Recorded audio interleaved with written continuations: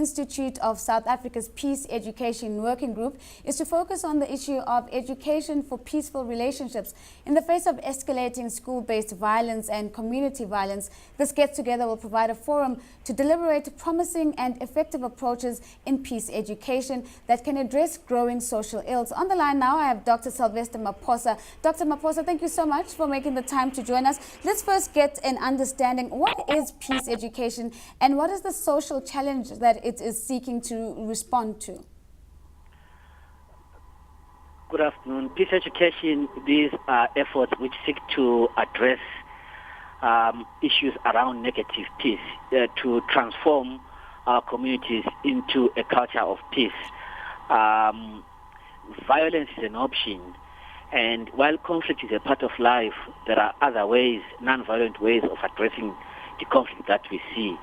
So really the essence of peace education is to develop these capacities, to develop these skills for the citizens, for our youth, for our children, and for all our leaders to see that there are alternative and non-violent ways of addressing the challenges that we go through. Right. Dr. Maphosa, if we look at countries in Africa that are either in a state of civil war or have emerged from civil war, do we find that peace education features as a priority in the very early stages of a post-conflict environment? Yes, peace education is a high priority, and as we speak of peace education, what we have to bear in mind is we're speaking both of formal education and informal or community-based or family-based education. And indeed, not all people who have formal education have peace education. And it is therefore important, for those communities that are emerging from violent conflict to program for non-formal moral values such as Ubuntu to build peaceful values.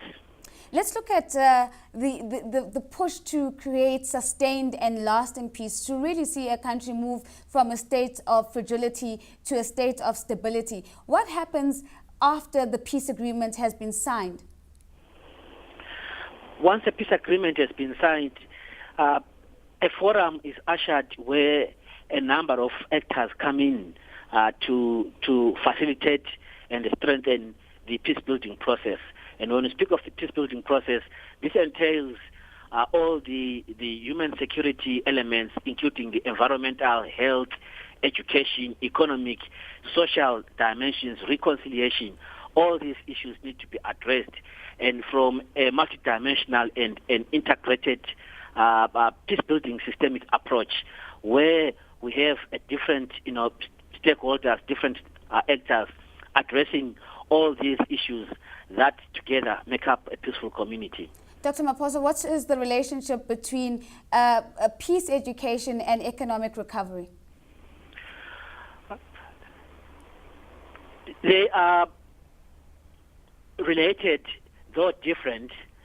Economic recovery focuses on the economic dimensions, strengthening the financial and the economic institutions of a country, while peace education will focus on the other social, relational, transactional, and personal dimensions of the citizens. Perhaps, Doctor, if I may interject, I think to maybe correctly phrase my question is there a relationship between the two? There is a relationship. Indeed, there is a relationship. One leverages the other. Without sustained economic structures and institutions, peace education cannot be a success.